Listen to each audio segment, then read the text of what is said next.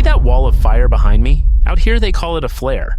Day and night it burns natural gas straight up into the sky, and that's the exact same fuel people use to heat their homes, cook their dinner, and run entire power plants. I'm standing in one of the largest oil fields on the planet, and there are thousands of these flames scattered across it, quietly burning a fortune. In a single recent year, operators in just one state set fire to natural gas worth somewhere around $700 million. Everything I've ever been taught says this stuff is precious, that countries go to war over it, that markets fight over every last unit of it. So why would anyone light it on fire on purpose?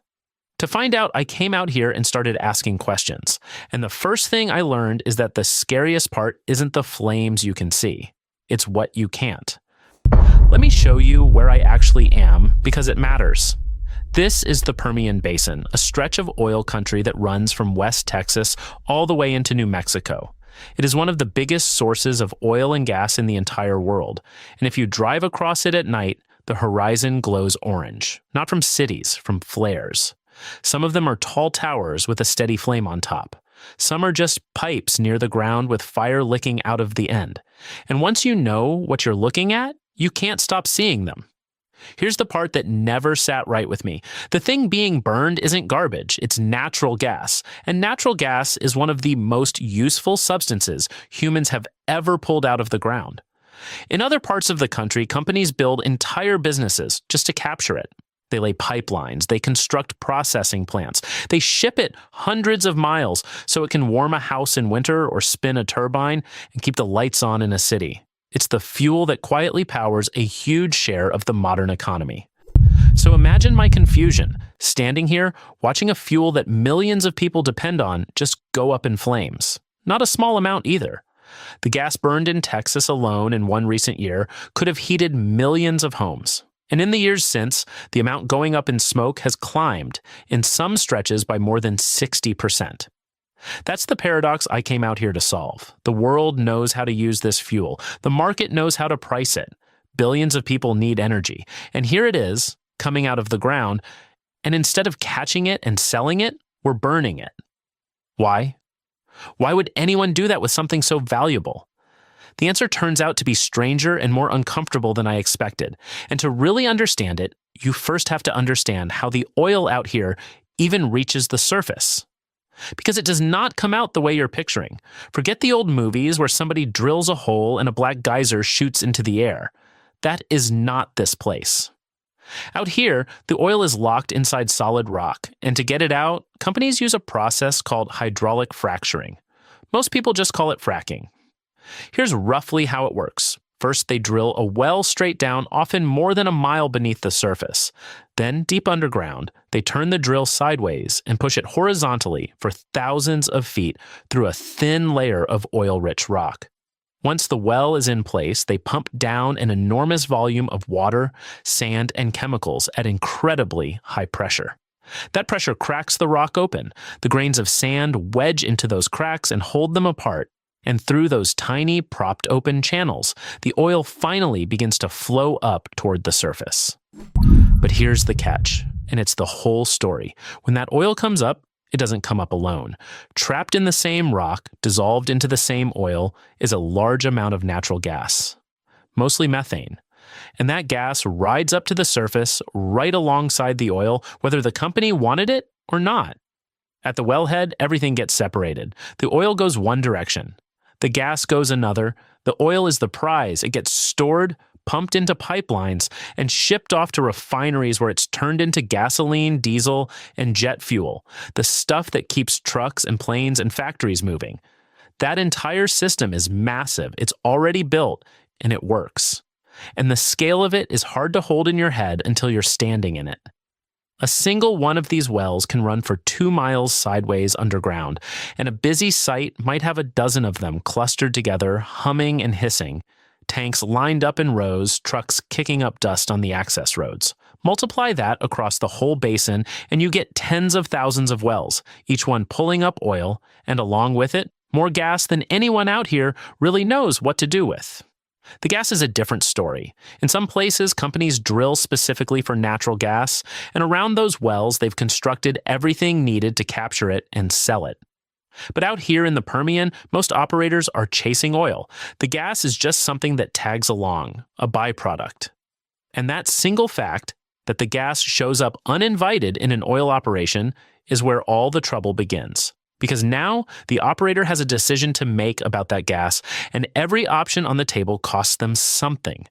They can build the expensive infrastructure to capture and sell it, they can release it straight into the air, or they can burn it off. Standing in a field surrounded by fire, you can already guess which choice wins most often. But to understand why that choice is so dangerous, I needed someone who could show me the part of this story that's completely invisible to the naked eye. So I met up with someone who hunts methane for a living. She used to work inside the oil and gas industry, made good money at it, and then walked away because she couldn't stomach what she was seeing. Now she drives out to these sites with a special camera, one that costs well over $100,000, and she documents what the rest of us can't perceive. Here's the thing about methane. When it leaks or gets released, you don't see anything. You just see steel, pipes, tanks, valves, the ordinary hardware of an oil site sitting there in the sun. But when she raises that camera to her eye and hands it to you, the picture changes completely. Suddenly, there are thick, rolling plumes of gas pouring out of equipment that looked perfectly quiet a second ago. Not thin little wisps. Great billowing clouds, surging out over and over, all across the site, all the time. And the people who live nearby are breathing that every single day without ever seeing it. That camera reveals the choice at the heart of this whole problem, and it is a choice between two bad options. Option 1 is venting, where the company simply releases the raw gas directly into the atmosphere. The problem is that methane is a monster as a greenhouse gas. In the short term, it traps heat more than 80 times as powerfully as carbon dioxide. So letting it escape untouched is genuinely destructive. Option 2 is flaring, which is what those flames are. When you burn the methane, you convert it into carbon dioxide. That's still pollution, still bad for the climate, but in the immediate term, it's a lot less potent than releasing raw methane. So counterintuitively, that giant fire is the industry choosing the lesser of two evils. At least when the gas is burning, most of it isn't drifting straight over the neighborhood as pure methane, except the flames come with their own poison. Flaring throws off nitrogen oxides, sulfur dioxide, and fine particles, the kind of pollution doctors tie to asthma, heart disease, and strokes. And sometimes a flare doesn't burn cleanly, or it goes out entirely and keeps venting, and then you get the worst of both worlds. So when you see one of these flames, or worse, when you see one that looks like it should be lit and isn't, you're not just looking at wasted energy. You're looking at a cost that's been quietly handed to everybody living downwind. And those costs are not small or abstract. When researchers add up the damage from flaring across the major oil basins in this country, the numbers are staggering. In a recent year across just a few of these basins, the climate damage from flaring ran into the billions of dollars, and the health costs added billions more on top of that. Put those together, and you get something in the range of $5 to $6 billion of harm in a single year. Now compare that to what the burned gas was actually worth. The gas itself, the thing being destroyed, was worth only a few $100 million. Read that again. The damage was roughly 10 times greater than the value of the fuel. Still enough gas, by the way, to have powered millions of homes for a year. And it's not just gone. It's gone and it left a bill. Nearly 500,000 people live within a few miles of these flares out here. Families, schools, churches, playgrounds. Studies estimate the pollution contributes to hundreds of early deaths in this country every single year. So this isn't only a climate story or an economic story. It's a story about the specific people who happen to live in the shadow of all this fire. And most of them have no idea it's even happening. They look out their kitchen window and they see a steel pole with a flame on it, or they see nothing at all, just ordinary equipment sitting in a field. They don't see the invisible plumes drifting over their roofs because you can't, not without a camera that costs more than most of their houses. That's the quiet cruelty of it. The people paying the highest price often can't even tell they're paying it. You'd think, given numbers like that, someone would be watching closely. And here's the part that genuinely surprised me. Much of the system runs on self-reporting. Think about what that means. It's like being told the speed limit is 55, driving 68, and then being trusted to call the police on yourself. Every time a new permit gets issued, it legally allows the operator to release a certain amount of pollution. But whether they actually stay inside that limit, often nobody independent is out there checking. The people I spoke with put it bluntly. In practice, the industry writes a lot of its own rules. The commission that oversees drilling out here approves the overwhelming majority of the flaring exceptions that operators request. And when almost every request to break the rule gets waved through, the rule barely exists at all. So the fire keeps burning, the plumes keep rising, and the costs keep landing on the community. Which brings us right back to the question I came here with. If this gas is so valuable, why on earth doesn't somebody just capture it and sell it? To really feel the answer, you have to stop thinking like a viewer and start thinking like an operator. So let's play a game. Imagine you run one of these wells, call it Oil Tycoon, and your goal is simple. Get the gas out of the ground, capture it, and sell it for a profit. Sounds easy. Let's see how it goes. You start with nothing, so your first move is to borrow. You take on debt to build your first well and buy your fracking rig. And it works. Oil starts flowing. Then you notice that gas coming up alongside it, and your eyes light up, because that's free money, right? But you've got no cash left, so for now, you just burn it, because you have a more urgent problem. You need to get your oil to a buyer. So you connect your well to a pipeline. That pipeline isn't yours. It belongs to a middleman company, and they move your oil to the refineries and take a cut. Now you're finally earning something. Not a lot, but enough to keep going. And that gas is still rising every second, so you think, fine, let's capture it and sell it too. That's when the game turns on you. Capturing gas takes expensive equipment, so your cash drops and your debt creeps back up. But you're hopeful. If you can just get this gas to market, it pays off. Then you try to actually move it, and you discover the trap. Every other operator around you is doing the exact same thing. They're all drilling. They're all producing oil, and they're all producing gas too. That middleman with the pipeline? He's swimming in everyone's gas. His lines are full. He doesn't need yours because the buyers at the other end are already drowning in cheap gas from all over the country. So he won't pay you much for it. In fact, out here, the price of natural gas has at times dropped so low it's gone below zero, which means to get rid of your gas, you actually have to pay him to take it off your hands. Meanwhile, your oil wells are naturally slowing down, and all your neighbor's oil is flooding the market and dragging the price down. Your debt is climbing. So you quietly abandon the dream of selling your gas. You can barely afford to keep your flare lit. Game over. And that, more than anything, is the answer. And notice what the game never once rewarded you for. It never rewarded you for doing the right thing. Capturing the gas made you poorer at every single turn. Burning it was the move that kept you alive. That's the trap the whole basin is stuck inside. It isn't that the people out here are careless or greedy. It's that the rules of the game, as they're currently written, punish the responsible choice and reward the wasteful one. Change nothing, and no amount of good intentions will beat that math. One of the biggest things I learned out here is that the oil business is not the fortress of endless wealth people imagine. For the operators actually on the ground, it can be brutally precarious. It's a history of boom and bust, of enormous risks taken by people who might strike it rich or might lose everything. For a while, some believed this new way of drilling would spread the wealth around and make everyone rich. Instead, it turned out a lot like the industry always was, a handful of big winners and a long tail of people just trying to survive the next downturn. I talked to a small operator who runs a few wells and keeps flares burning on others. He told me he doesn't have anything close to the cash flow of the giant companies, so he has to get creative just to solve his own problems. And here's the cruel irony he pointed to. The whole reason his gas is worthless is that the industry, all of them together, did such an incredible job producing an abundance of oil and gas. They succeeded so completely that they crashed the value of one of their own products.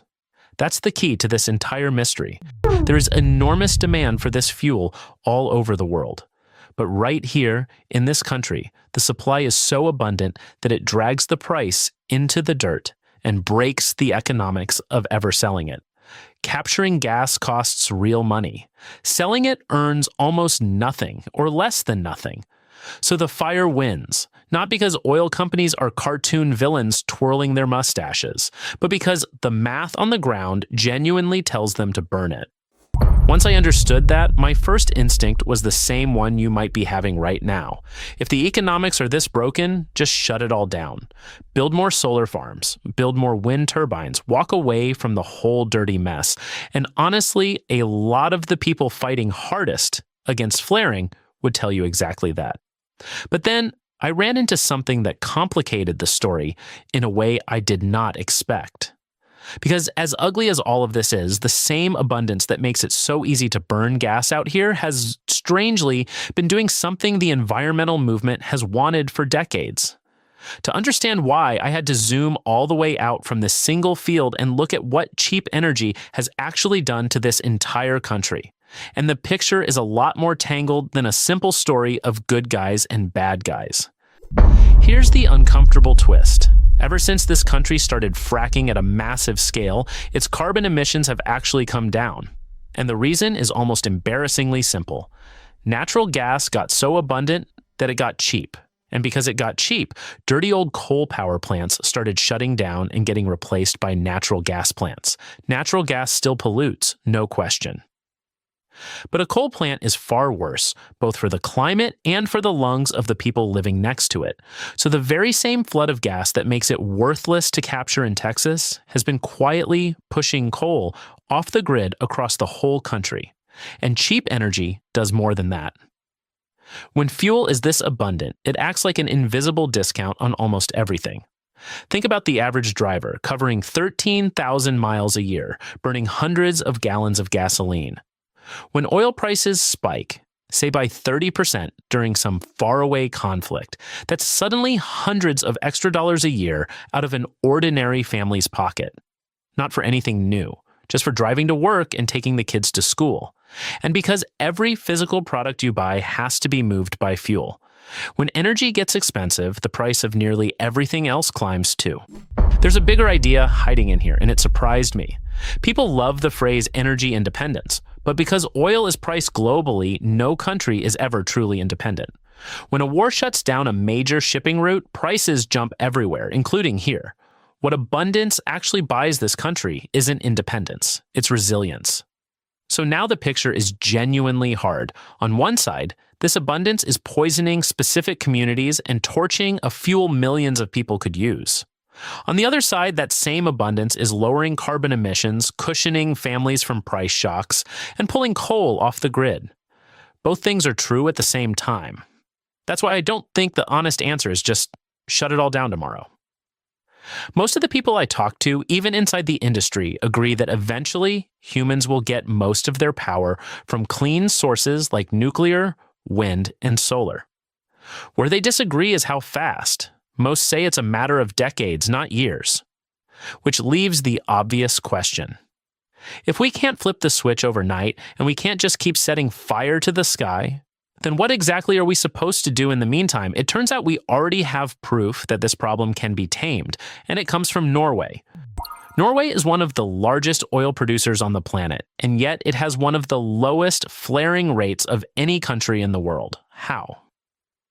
Decades ago, the government made a simple rule. You don't get to drill for oil unless you already have a plan for the gas. Flaring is allowed only in narrow situations, mostly for safety. Their system isn't flawless, and outside researchers suspect the real methane numbers run higher than the official records admit. But even so, it is dramatically cleaner than what's happening out here in Texas. And you don't even have to leave this basin to see how much the rules matter. Draw a line where Texas meets New Mexico, and the methane emissions on the New Mexico side run at roughly half of what they are on the Texas side. Same rock. Same gas, different governments making different choices. New Mexico simply insists that operators capture more of their gas and actually sell it, and the results show up in the air itself.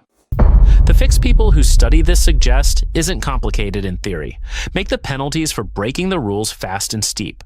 Right now, an operator can weigh the cost of getting caught against the cost of doing it right and rationally choose to pollute.